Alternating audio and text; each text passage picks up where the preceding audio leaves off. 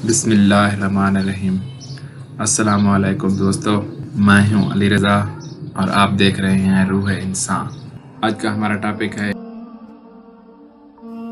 इमाम अली अलैहिस्सलाम ने फरमाया, मैंने अल्लाह के रसूल से सुना कि रमज़ान का पहला अशरा रहमत का, दूसरा अशरा मग़फ़रत का और तीसरा अशरा दोज़ख से निजात का होता है। ऐ लोगो, याद रखना, जब रमज़ान के 10 अय्याम गुज़र जाते हैं तो अल्लाह पाक इंसानों की माफ़ी के लिए आसमानों से फ़रिश्ते ज़मीन पर नाज़िल करता है, जो हर घर जा जा के इंसानों को देखते हैं कि जो इंसान रोज़ा रखता है, गुनाहों की माफ़ी मांगता है, अल्लाह की इबादत करता है, उसके गुनाह माफ़ करवा देते हैं। तो किसी ने पूछा, या अली, हमें ऐसा क्या करना चाहिए कि गुनाहों की माफ़ी की सनद भी मिल जाए और हमारे दुआएं भी कबूल हो जाएं?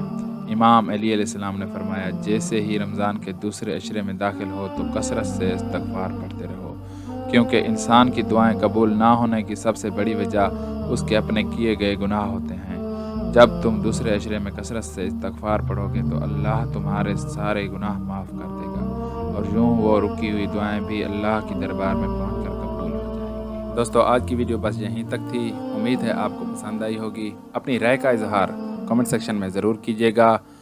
अगर आपने हमारा चैनल रूह इंसान सब्सक्राइब नहीं किया तो जल्दी से कर लें, क्योंकि हम आपके लिए ऐसी अच्छी अच्छी वीडियो लाते रहेंगे। मिलते हैं एक नई वीडियो के साथ, तब तक के लिए अपना ख्याल रखिएगा। अल्लाह हाफ़िज़।